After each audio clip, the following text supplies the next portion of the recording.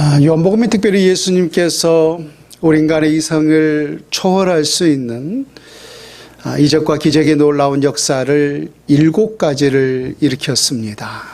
그래서 특별히 사도 요한은 이것을 일컬어서 표적이다, 곧 사인이다 라고 말씀하셨습니다. 표적 곧 사인이다라고 하는 것은 이런 일을 행하는 자가 있다면, 이러한 놀라운 이적과 기적의 역사를 행하는 자가 있다면 그가 곧 메시아요, 번역하면 그리스도라는 것입니다. 그래서 지난 우리가 6번째 표적이 바로 날 때부터 앞을 전혀 볼 수 없었던 맹인을 치료한 사건이었고, 마지막 7번째 표적이 바로 죽어 나흘이나 지나서 장사까지 지냈던 나사로를 다시 살리신 그런 사건이었어요. 그래서 그때마다 유대 백성들 가운데 놀라운 영적인 현상들이 일어났던 것을 보게 됐죠. 이것으로 인하여서 많은 유대 백성들이 예수를 그리스도로 믿게 되었더라. 이 표적을 보면서 예수를 그리스도로 믿는 이런 현상들이 유대 백성들 가운데 일어났던 것입니다. 그런 안타까운 사실은 바로 종교 지도자들, 대제사장을 비롯해서 바리새인과 서기관들은 예수를 결단코 그리스도로 인정할 수가 없었던 거죠. 그래서 이런 놀라운 기적을 행하는, 이 놀라운 표적을 행하는 이 예수를 어떻게 처리할 것인가에 대해서 소위 유대 최고의 종교기관이요, 또 법정기관이었던 이 산헤드린 공회를 통하여서 회합이 열립니다. 이 회합의 결과 2가지였던 거죠. 모든 그 72명의 산헤드린 공회원들이 반드시 예수를 죽여야 한다.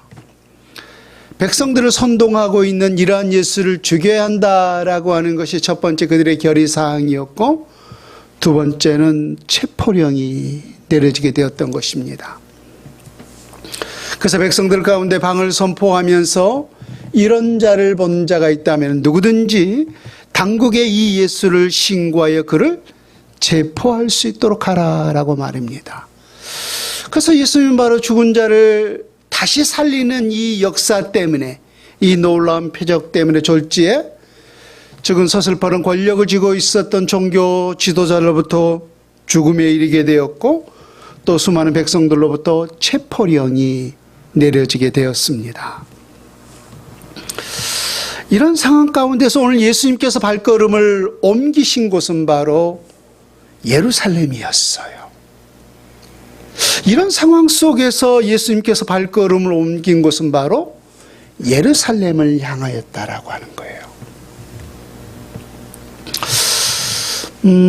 이제까지 예수님의 그 행적을 우리가 조금 더듬어 본다면은, 이런 상황이었을 때, 이런 상황이 어떤 상황이냐면은 예수님을 죽이려 하고, 또 예수님을 체포하려 하고, 또 예수님을 핍박했을 그때 예수님께서 일관되게 보여준 그 행위의 모습이 뭐였냐면은 슬며시 그 자리를 피하여 갔던 것을 보게 됩니다. 예수님 그 기적을 행하면서 원수들이 예수님을 낭떠러지에 밀쳐 죽이려고 했잖아요. 그래서 그때도 예수님은 슬며시 그 자리를 피하여 갔다라고 했어요. 또 그 기적을 행할 때 원수들이 돌을 들어서 예수님을 쳐 죽이려고 했죠. 그때도 예수님은 슬며시 그 자리를 피하여 갔다라고 했어요. 그래서 이처럼 늘 예수님을 죽이려 하고, 또 예수님에게 이런 엄청난 큰 핍박이 있었을 때마다 일관되게 예수님께서 취했던 행동이 뭐냐면은 그 자리를 피하여 갔던 것을 보게 됩니다. 근데 웬걸? 이번에는 더 큰 공개적인 핍박이 있었잖아요. 유대의 최고의 법정기관인 그 산헤드린 공회로부터 예수님을 죽여야 한다, 또 예수님을 체포하라라고 하는 그런 공적인 공문이 발송했음에도 불구하고 우리 주님은 오히려 그 예루살렘을 향해서 직진하셨다는 거예요. 여러분, 이 예루살렘이 어떠한 도시인지 잘 알고 계시죠? 유대의 수도라고 할까요? 그 유대 나라의 가장 중심지가 바로 예루살렘 도성이었어요. 또 무엇보다 이 예루살렘에 뭐가 있죠? 이스라엘 모든 백성들이 그들의 삶의 중심으로 여기고 있는 성전, 예루살렘 성전이 있는 곳이 또한 이 예루살렘이었어요. 또 방금 말했듯이 유대의 모든 권력자들, 또 종교 지도자들, 이런 곳이 모여있는 도성이 또한 예루살렘이었단 말입니다. 그런데 이전에는 분명히 그런 서슬퍼런 권력에 피하여서 예수님 다른 데로 사역지를 옮기곤 했었는데, 이번에는 더 무서운 핍박이 있음에도 불구하고 우리 주님은 지금 예루살렘을 향해서 직진하고 계시다는 거예요. 그렇다면 예수님은 왜 이처럼 무서운 죽음이 기다리고 있음에도 불구하고 피하지 아니하고 오히려 그 도성 한가운데로 우리 주님은 들어가셨는가라고 하는 것입니다. 우리가 그 이유를 조금만 생각해 본다면 쉽지 않게 우리는 추측해 볼 수가 있을 것 같습니다. 무슨 말인가 하면은, 예수님의 사역 현장 속에서 늘 자주 하셨던 말씀 중에 하나가 뭐냐면은 때라고 하는 말씀을 하셨어요. 때. 그렇죠? 예수의 어머니가 이 집에 포도주가 떨어졌느니라 라고 예수님께 그 사실을 알렸을 때 예수님께서 하셨던 말씀이 기억나십니까? 네. 내 때가 아직 이르지 아니하였나이다. 그래서 어떠한 예수님의 사역을 행하실 때마다 늘 반복적으로 하셨던 그 말씀 중에 하나가 뭐냐면은 내 때가 아직 이르지 아니하였느니라, 혹은 그 일을 행할 때는 내 때가 이르렀느니라 라고 하면서 우리 주님은 항상 어떤 일을 행하실 때마다 때라고 하는 말씀을 하셨던 것을 보게 돼요. 그런 의미 속에서 우리가 예수님의 그 모습을 생각해 본다면은 왜 그때는 슬며시 그 핍박의 현장을 피하여 갔고, 왜 지금은 더 큰 핍박이 있음에도 불구하고 피하지 아니하고 오히려 그 예루살렘 한가운데 직진하셨는가라고 하는 거예요. 바로 그 때 때문이었던 거예요. 때 때문. 혹시 어떠한 때인지 여러분 감이 오십니까? 그렇습니다. 예수님께서 지금 예루살렘에 올라가신 이유는 바로 우리 모든 죄인들을 대속하기 위해서 십자가를 지시기 위한 그 목적을 가지고 예루살렘에 지금 올라가고 계셨던 거죠. 그래서 이전에 원수들이 핍박하고 이전에 예수님을 그렇게 낭떠러지에서 밀치려하고 돌로 치려 죽이려고 했을 때 슬며시 피하여 갔던 이유는 아직은 예수님이 죽어야 할 때가 이르지 아니하였기 때문이에요. 그 지금은 더 큰 핍박이 있었음에도 불구하고 예루살렘에 직진하셨던 이유는 이제는 예수님의 때가 이르렀기 때문이었던 거예요. 다시 말해서 예수님 바로 그 십자가를 져야 할 때가 이르렀기 때문에 바로 그 때에 맞춰서 지금 예수님이 예루살렘 성전에 또 예루살렘에 지금 직진하고 계셨던 것입니다. 다시 말해서 오늘 지금 예수님께서 예루살렘에 입성하신 이유는 십자가를 지시기 위함이었는데, 예수님께서 오늘 예루살렘에 입성하실 때 그를 대하는 지금 수많은 무리들이 어떤 자세를 취하고 있는지 우리 오늘 보면 12절과 13절 말씀을 같이 한번 봅니다. 그 이튿날에는 명절에 온 큰 무리가 예수께서 예루살렘으로 오신다는 것을 듣고 종려나무 가지를 가지고 맞으러 나가 외치되 호산나 찬송하리로다, 주의 이름으로 오시는 이곳 이스라엘의 왕이시여 하더라 라고 했어요.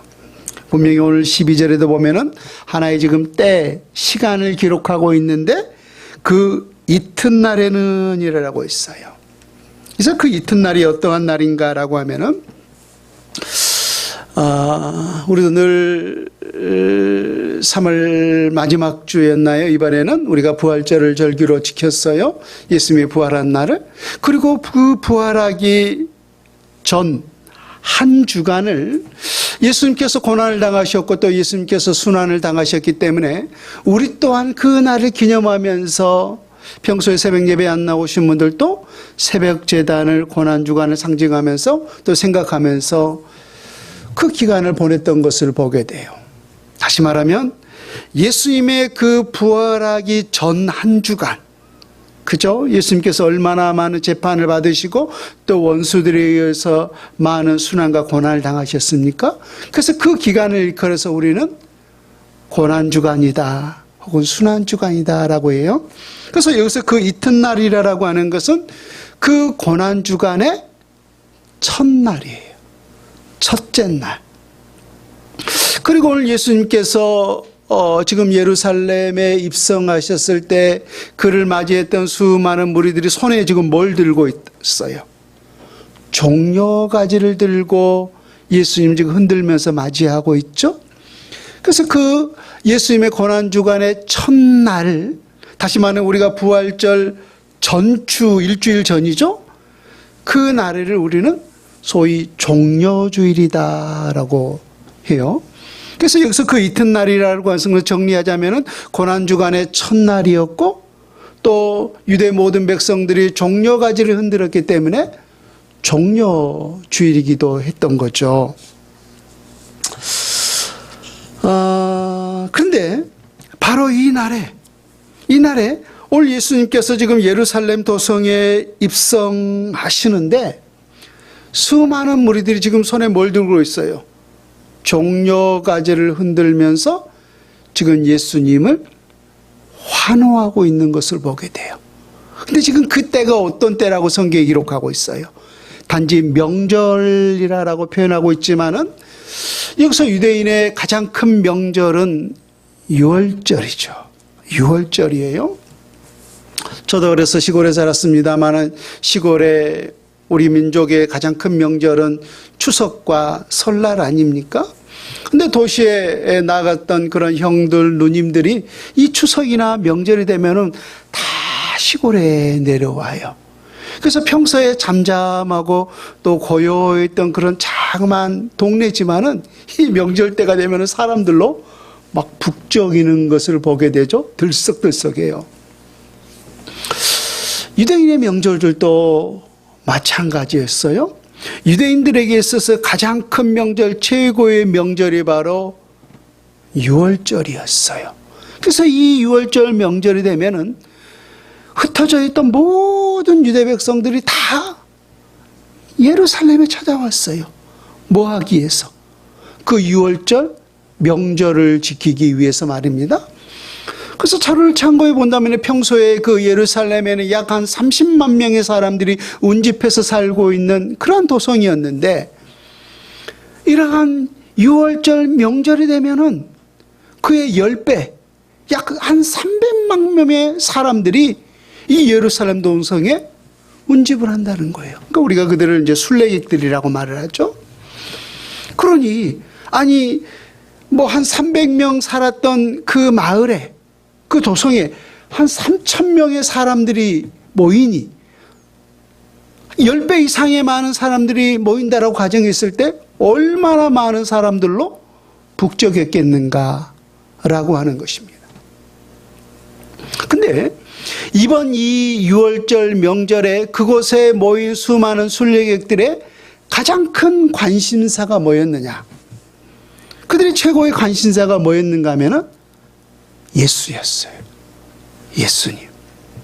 왜 이번 유월절 명절에 많은 사람들이 이 예수에 대해서 그토록 관심을 가지고 있었고 또 언제 이 예수가 이 예루살렘에 입성하는가?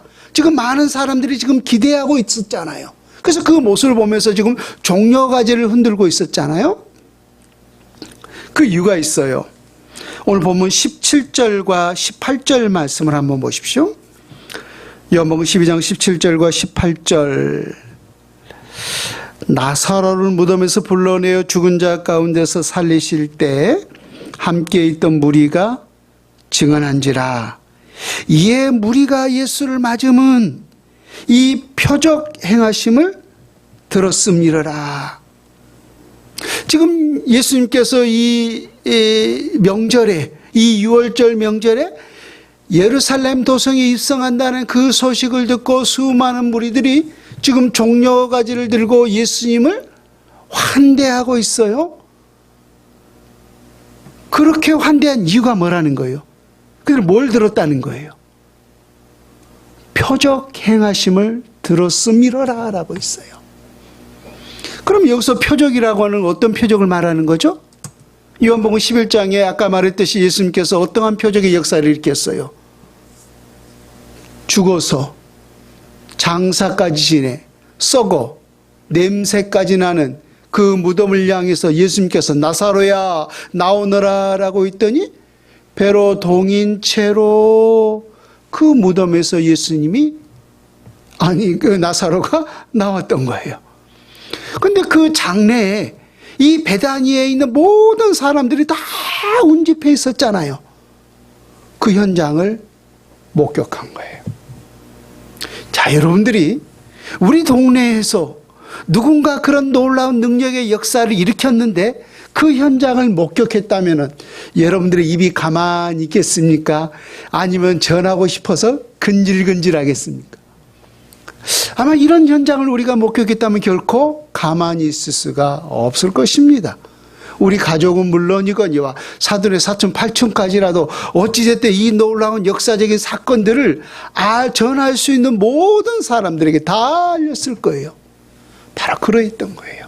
예수님께서 죽은 나사로를 다시 살리는 전무후무한 이 놀라운 역사를 베다니에 있었던 모든 사람들은 다 목격했어요. 다 경험했어요. 그래서 그들이 보는 그 놀라운 현장을 이번 예루살렘에 모였던 수많은 그 순례객들에게 전하지 아니할 수가 없었던 거예요. 그래서 이번 이 명절에 모인 수많은 사람들이 무슨 소식을 듣는 거예요?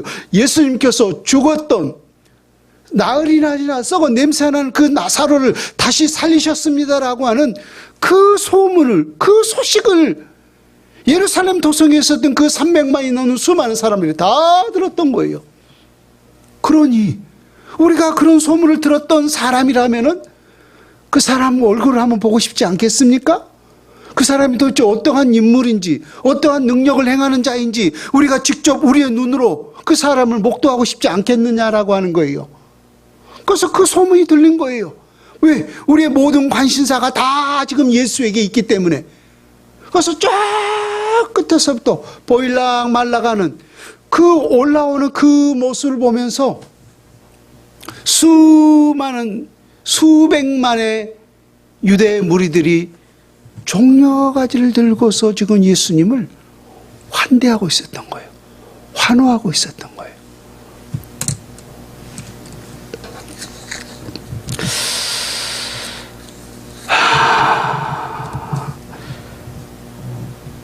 근데 지금 13절을 보십시오. 뭐라고 환대하고 있는지 13절을 다시 보면 종려나무 가지를 가지고 맞으러 나가 외치되 호산나 찬송하리로다 주의 이름으로 오시는 이 곧 이스라엘의 왕이시여 하더라. 지금 수많은 순례객들이 예수님이 예루살렘에 입성하신 그 모습을 보면서 손에 종려가지를 흔들고 있었다라고 했어요. 여러분, 우리도 좀 그와 비슷한 예들이 있죠. 예를 들어서 올림픽에서 우리나라 야구 선수들이, 역도 선수들이 금메달을 땄다. 그러면은 공항에서부터 많은 사람들이 나가서 손에 뭘 들어요? 태극기를 들고 막 흔들면서 카페레이드 하면은 막 환영하지 않습니까? 왜 태극기를 들어요? 태극기가 뭘 상징하는 거죠? 우리나라를 상징하는 거잖아요. 그래서 우리나라를 대표해서 국위를 선양했다. 잘 싸웠다.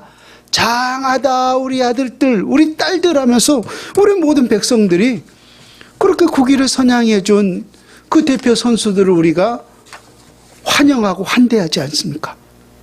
우리 민족을 대표해서 그렇게 잘 싸웠다라고 태극기를 흔들면서 말입니다.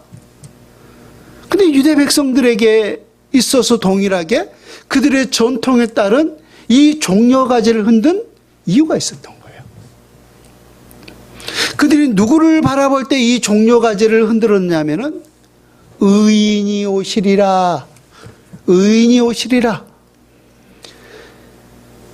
이 백성들 가운데 그 백성을 위해서 민족을 위해서 정말 희생하고 헌신하는 그러한 의인이 있다면은 그런 의인을 향해서 들었던 게 바로 종려가지였어요.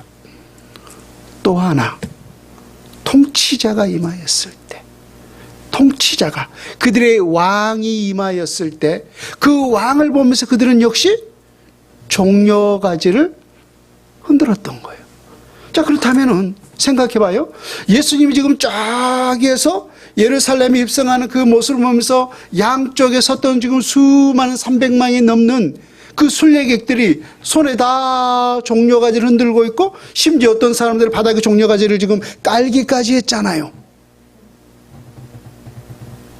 그러면은 지금 그들이 예수님을 무엇으로 인정하고 있다는 거예요? 예수님을 의인으로 인정하고 있다는 거고 예수님을 통치자로 인정하고 있다라고 하는 거잖아요. 근데 실제적으로 예수님은 어떤 분이에요? 의인은 없나니 하나도 없도다라고 했잖아요. 그래서 우리 모든 부정모의를 태어난 우리 모든 사람들은 다 죄인이에요. 그러나 예수님은 예수님 자신이 어떠한 죄도 없는 하나님 자신이었기 때문에 예수님이야말로 진정한 의인이었던 거죠.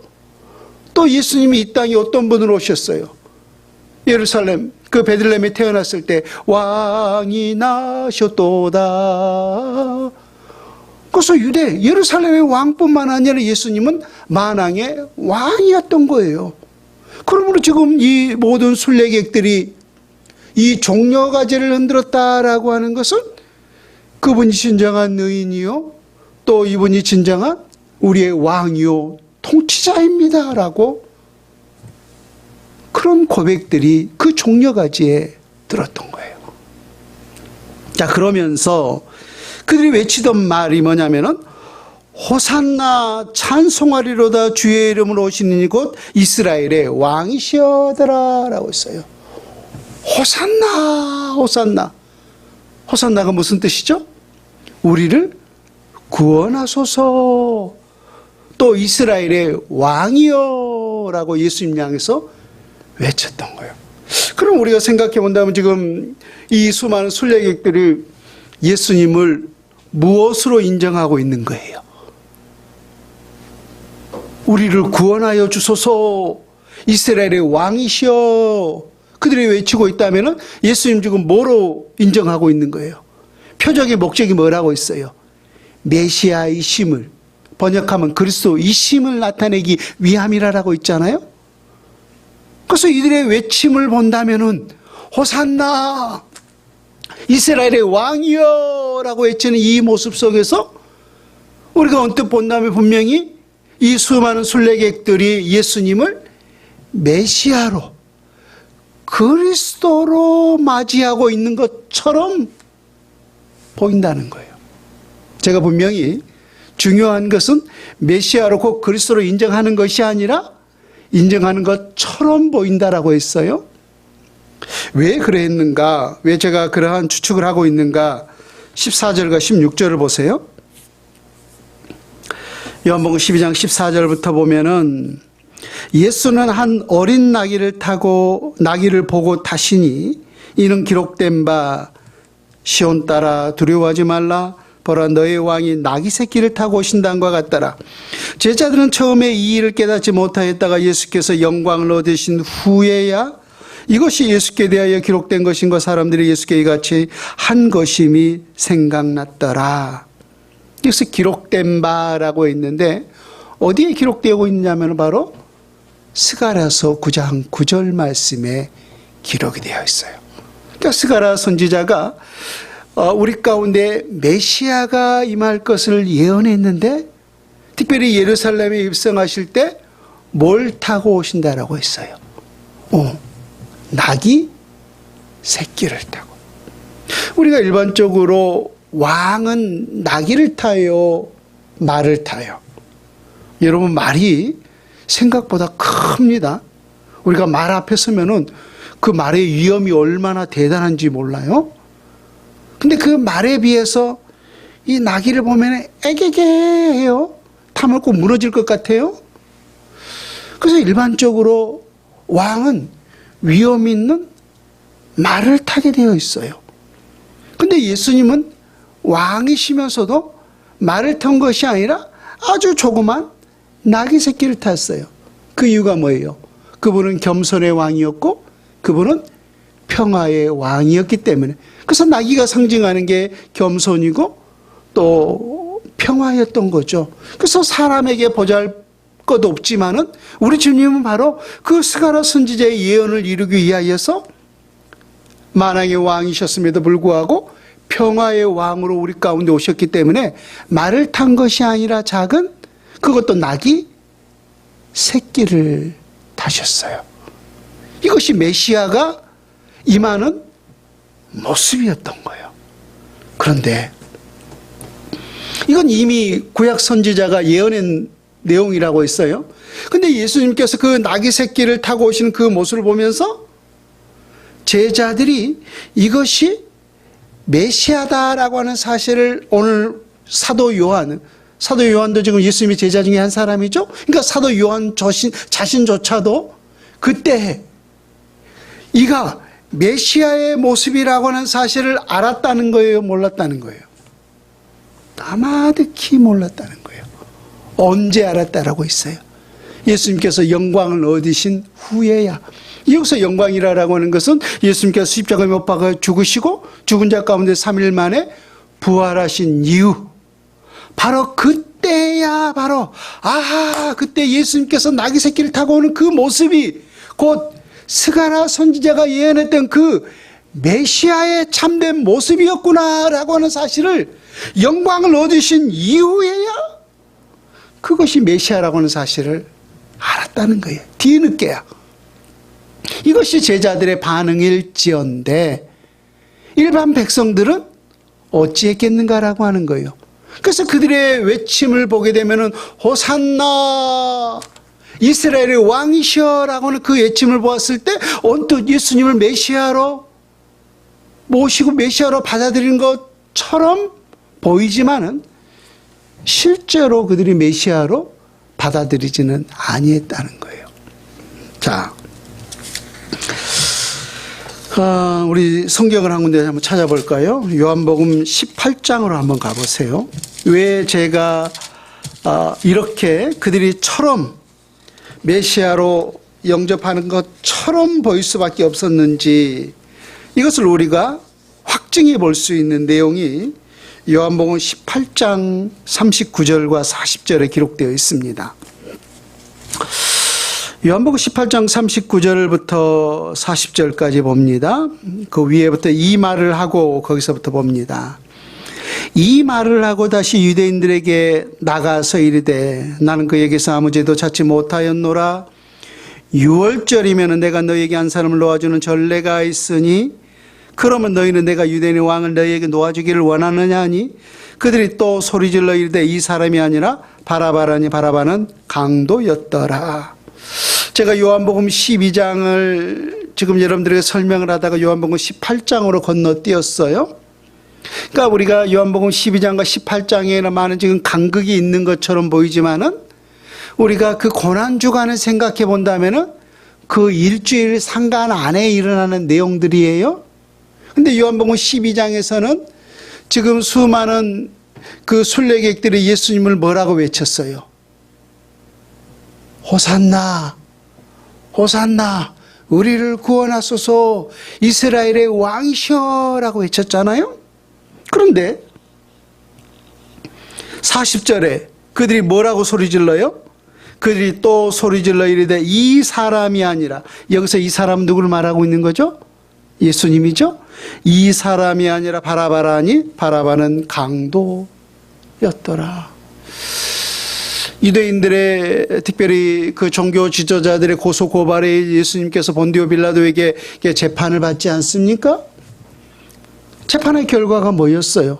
나는 이 사람에게서 어떠한 죄도 발견하지 못하였노라. 그러면서 그는 손까지 씻었어요. 그러면서 이 본디오 빌라도가 6월절이면 내가 너에게 한 사람을 놓아주는 전례가 있으니 그러면 내가 너희의 왕인 유대인의 왕인 예수를 놓아주랴 아니면 강도인 바라바를 놓아주랴 라고 했을 때 호산나 호산나 이스라엘의 왕이여 라고 외쳤던 바로 그 순례객들이 요한복음 18장에서 지금 누구를 죽이라고 외치고 있어요? 이 사람이 아니라 바라바를 놓아주소서. 우리가 또 다른 평행복음인 마태, 마가, 누가도 동일하게 이 성경에 기록되어 있어요. 그것을 우리가 참고해 보면은 그들은 정치적인 술수까지 끼워 넣어요. 당신이 정말로 예수를 죽이지 않는다면은 가이사의 충신이 아니니이다. 가이사는 누구예요? 로마의 황제예요. 본디오 빌라는 총독이고 말입니다. 그래서 예수를 죽여야만이 당신이 진정한 가이사의 충신입니다. 정치적인 그 술수까지 쓰면서 예수를 죽여야 한다라고 외쳤던 자들이 바로 지금 예루살렘에 모였던 그 300만이 넘는 순례객들이었어요.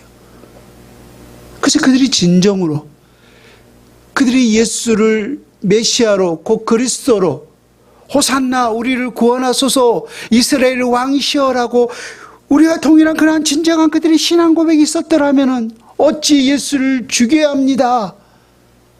그렇게 그들이 말을 할 수가 있었겠는가라고 하는 거예요. 그럼 우리가 다시 한번 생각해 봐요. 왜 그들은 예수님께서 예루살렘 도성에 입성할 때 마치 구원자로 메시아로 맞이하는 것처럼 호산나라고 외쳤고 또 이스라엘의 왕이여라고 종려가지까지 흔들면서 예수님을 그렇게 환대했는가 라고 하는 것입니다. 그 이유가 있어요. 예수님을 영적인 메시아, 우리를 구원하는 영적인 메시아로 그들이 보는 것이 아니라 그들의 현실을 타파하고자 하는 정치적인 메시아로 받아들였던 거예요. 우리가 그 정치적인 현상을 본다면 지금 유대는 로마라고 하는 대제국의 통치와 억압 속에 살았잖아요. 우리도 일제 36년에 그 통치 속에 살았습니다마는 그 통치 속에 살고 있는 모든 사람들의 꿈과 소망이 뭐겠어요? 자유, 해방, 그 통치 속국에서 벗어나는 것 아니겠습니까? 그래서 예수님께서 이 놀라운 능력을 행하셨어요. 날 때부터 맹인이었던 그 사람도 치료하고 심지어 죽은 자도 다시 살리는 놀라운 역사를 일으켰어요. 또 그가 수많은 사람들을 모아놓고 얼마나 탁월한 언변으로 많은 사람들의 그 심령을 좌지우지했습니까?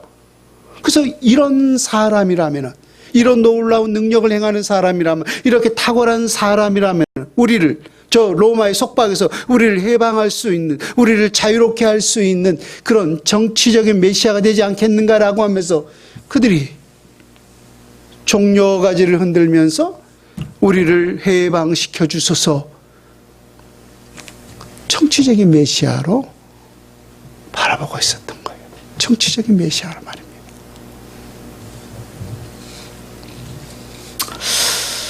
이런 사실을 통해서 우리가 한 가지만 교훈을 삼아야 할 것이 있습니다. 우리도 지금 오늘 유대 백성들 같이 우리의 필요에 의해서 예수님을 섬긴다면, 나의 필요에 의해서 예수님을 섬긴다면 우리도 동일하게 나의 필요에 따라서 예수님을 환대할 수도 있고 나의 필요에 따라서 오늘 예수님을 죽여야 합니다라고 하면서 예수님을 저주할 수도 있다라고 하는 것입니다. 우리가 믿음을 통하여서 나의 필요가 채워진다면 할렐루야 모든 영광 하나님께 하면서 목소리를 높여서 주님을 찬양하지만은 반대로 나의 고난이 오고 나의 필요가 채워지지 않으면 언제 그런 듯이 교회 문을 박차고 나가면서 우리는 얼마든지 예수님을 저주할 수가 있다라고 하는 것입니다. 그런 신앙을 일컬어서 우리는 소위 기복신앙이라고 말을 합니다. 기복신앙은 엄밀히 말하면 신앙이 아닙니다. 이는 우리가 연말이나 혹은 새해가 되면 많은 사람들이 무당 앞에 나아가서 많은 복채를 내어놓고 점을 치거나 하죠. 그 이유가 뭐예요? 나의 피로를 채워달라는 것 아닙니까? 내가 우리 자녀의 어떤 합격이 필요합니다. 우리 남편의 승진이 필요합니다. 나의 건강이 필요합니다. 나의 뭐가 필요합니다. 이거 받으시고 내게 그 복을 빌어주소서라고 말입니다.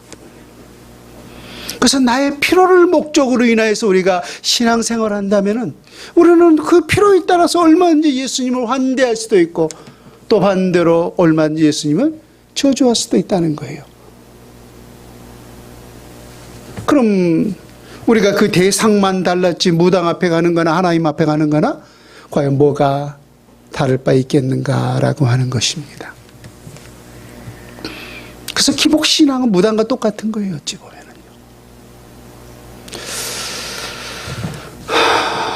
여러분, 예수님은 오늘 예루살렘에 올라가셨어요. 아까 서론에 분명히 말했듯이 이제까지 예수님은 그러한 핍박이 있을 때마다 슬며시 그 자리를 피하여 갔지만은 이번에는 예루살렘 산헤드린 공의회 법정기관이었어요? 사법기관이었어요? 의회기관이었어요? 종교기관이었어요? 유대 최고의 법정기관 그 산헤드린 공회로부터 예수님을 죽여야 한다. 또 체포령까지 내렸음에도 불구하고 그 죽음을 불사안고 예루살렘 도성에 입성하셨어요. 그리고 우리가 잘 알고 있는 바대로 그렇게 예수님은 양손에 양다리에 못이 박히고 옆구리에 창에 찔리고 머리에는 가시관이 박혀서 십자가 위에서 물과 피를 다 쏟으시고 그렇게 운명하셨습니다. 그 이유가 뭐죠? 그것이 하나님의 선한 뜻이었기 때문에 말입니다. 그 뜻을 이루기 위하여서 우리 주님은 그렇게 모든 순환에도 불구하고 그렇게 예루살렘 도성에 입성하셨던 것입니다. 철저하게 예수님은 아버지의 뜻을 이루셨어요. 아버지의 뜻에 순종하셨어요. 죽음으로써 말입니다. 그래서 우리 하나님의 백성들은 내 필요에 의해서 주님을 섬기는 것이 아니라 오히려 주님의 필요에 의해서 내 자신을 온전히 드릴 수 있는 그러한 신실한 주의 백성다운 그런 신앙의 모습이 우리 가운데 있어져야 할 줄로 믿습니다. 하나님 내 필요를 채워주십시오가 아니라 주님의 그 영광의 나라의 필요에 의해서 나를 써주옵소서. 이러한 고백이 오늘 또 우리의 모든 입술 가운데 이루어질 수 있기를 주 예수님의 이름으로 축원을 드립니다. 아멘.